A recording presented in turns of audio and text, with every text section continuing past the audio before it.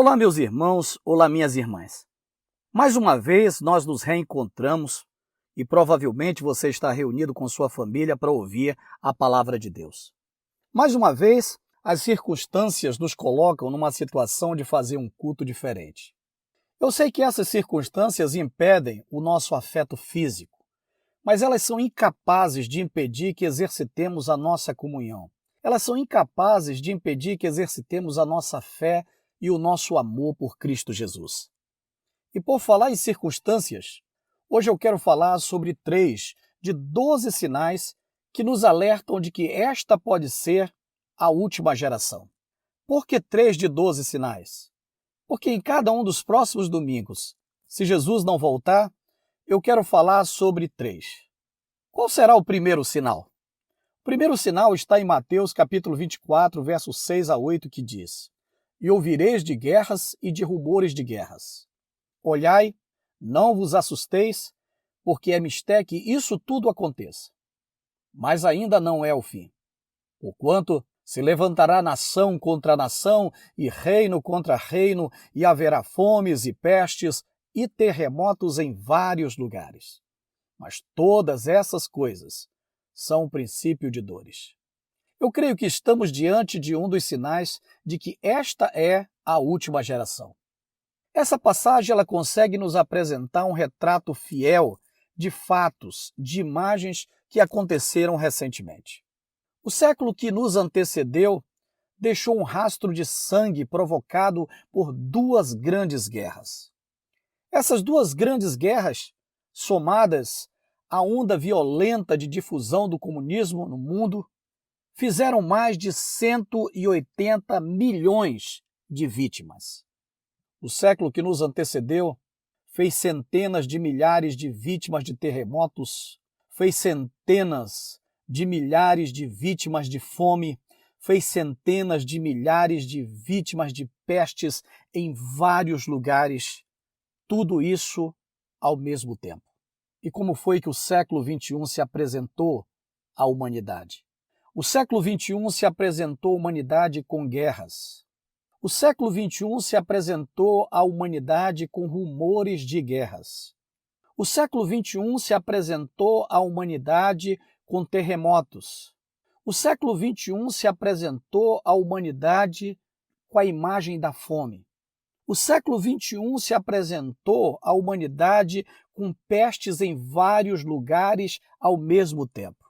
O século XXI se apresentou ao mundo o medo. O século XXI apresentou ao mundo o pânico. O século XXI apresentou ao mundo a ansiedade. O século XXI apresentou ao mundo uma pandemia chamada coronavírus, Covid-19. Portanto, a Bíblia nos alerta em Mateus capítulo 24, versículos 6 a 8, para o primeiro sinal de que esta pode ser a última geração. Para conhecer o segundo sinal, eu convido você a abrir a sua Bíblia e ler em sua casa os capítulos 36 e 37 do livro de Ezequiel. Esse texto é uma profecia sobre o retorno do povo de Israel à sua pátria. Ao longo dos últimos anos, o movimento que trabalha pelo retorno do povo judeu a Israel tem se intensificado. Em 1948, quando o Estado de Israel foi reconhecido pela ONU, o país tinha apenas 800 mil habitantes. Hoje, a população de Israel é de quase 10 milhões. Esse movimento ele representa o cumprimento da profecia de 3 profetas do Antigo Testamento: Isaías, Jeremias e Ezequiel. Isaías profetizou assim no capítulo 11, versículo 11 e 12. Naquele dia, o Senhor estenderá o braço pela segunda vez para reivindicar o remanescente do seu povo que for deixado na Síria, no Egito, em Patros, na Etiópia, em Elão, em Sinear, em Ramate e nas ilhas do mar. Ele erguerá uma bandeira para as nações a fim de reunir os exilados de Israel. Ajuntará o povo disperso de Judá, desde os 4 cantos da terra. Esta profecia ela está em cumprimento. Várias operações secretas retiraram judeus de países onde o islamismo é predominante. Portanto, a Bíblia nos alerta através desses 3 profetas de que esta pode ser a última geração. Para conhecer o terceiro sinal, eu convido você a abrir a sua Bíblia em Ezequiel, capítulos 38 e 39. Esses textos, eles falam da ascensão da Rússia e de seus aliados. Quem são hoje os aliados mais conhecidos da Rússia? Os aliados mais conhecidos da Rússia no dia de hoje são a Síria, o Irã e a China. A Rússia e a China e seus aliados vão se tornar grandes potências do nosso século. Isso vai acontecer porque elas fazem parte do projeto, elas fazem parte do plano de Deus para o cumprimento das profecias. Esses países precisam fazer uma coalizão. É essa coalizão que vai atacar a nação de Israel e que vai sofrer uma derrota sobrenatural. O profeta Ezequiel, no seu capítulo 38, profetizou que no futuro, nos últimos tempos, a nação de Israel seria terrivelmente atacada por uma coalizão que viria do extremo norte. Essa coalizão seria liderada por Gog, da terra de Magog, e seria um ataque devastador. O texto de Ezequiel, capítulo 38, verso 9, diz: Então subirás, virás como uma tempestade, farteás como uma nuvem para cobrir a terra, tu, todas as tuas tropas e muitos povos contigo. Ezequiel capítulo 38, versos 5 e 6 diz que Gog, o príncipe e chefe de Meseque e Tubal, não virão só, mas terão grandes e fortes aliados, incluindo a Pérsia. Eu quero lembrar para você que a Pérsia é o atual Irã.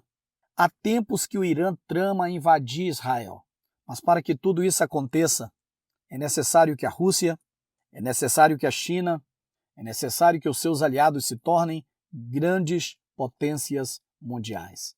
Isso já vem acontecendo. A China já domina praticamente todo o mercado internacional. A China é capaz de sacudir a economia do planeta. Por outro lado, a Rússia, através do domínio tecnológico, ela pode espalhar o caos no mundo.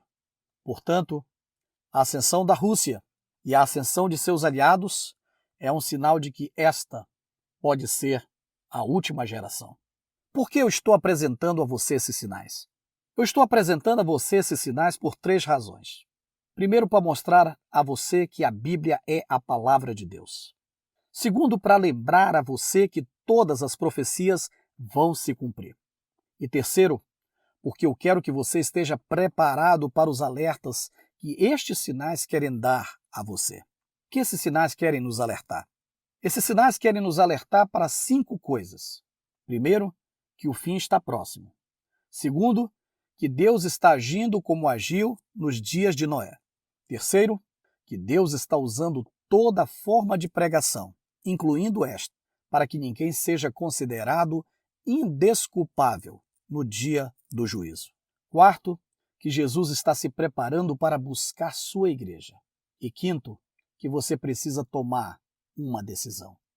Que decisões Deus espera que você tome? Se você ainda não entregou a sua vida a Jesus, se você ainda não pediu para que Ele entre em sua vida, Deus espera que você faça isso hoje. Se você está dentro de uma igreja, se você frequenta uma igreja, se você se diz membro de uma igreja, mas você está tão desviado quanto alguns que estão lá fora, Deus espera que você se arrependa, que reconheça os seus erros, reconheça seus pecados e viva uma vida transparente. Viva uma vida comprometida verdadeiramente com Ele. Terceiro, se você tem abandonado a comunhão com Deus, se você tem se mantido distante dele, Deus espera que você volte enquanto você pode encontrá-lo, enquanto você pode achá-lo. Nesse cenário que se apresenta para a humanidade, onde você está inserido? Que decisões em relação à sua vida espiritual você tem tomado? Quando a cortina do tempo se fechar, onde é que você vai estar? Eu peço a você que baixe a sua cabeça, eu peço a você que feche seus olhos caso esteja em um lugar onde possa fazer isso. Eu quero orar com você e eu quero orar por você agora. Querido Deus, querido Pai, eu creio no cumprimento da Tua palavra. Eu creio que o Senhor enviou o seu Filho ao mundo para nos salvar. Eu creio que o Senhor está preparando a sua igreja para o arrebatamento. Agora eu oro por cada pessoa que está me ouvindo. Eu oro por aquela pessoa que ainda não entregou o controle de sua vida ao teu Filho Jesus. Eu oro por aquela pessoa que está dentro de uma igreja, mas que está tão desviada quanto alguns que estão fora. Eu oro por aquela pessoa que se diz um crente em ti, mas que hoje está vivendo uma vida de pecado, uma vida afastada de teus caminhos. Eu oro para que o teu Espírito Santo convença essa pessoa na necessidade de se arrepender e entregar a vida dela verdadeiramente ao Senhor. Enfim, eu oro por cada um que deu atenção à tua palavra neste dia. Em nome de Jesus. Amém. Eu quero agradecer a você que ouviu esta mensagem. Se esta mensagem edificou você, mande uma mensagem para que sejamos também edificados por suas palavras. Que Deus abençoe você, que Deus abençoe sua família. Em nome de Jesus. Amém.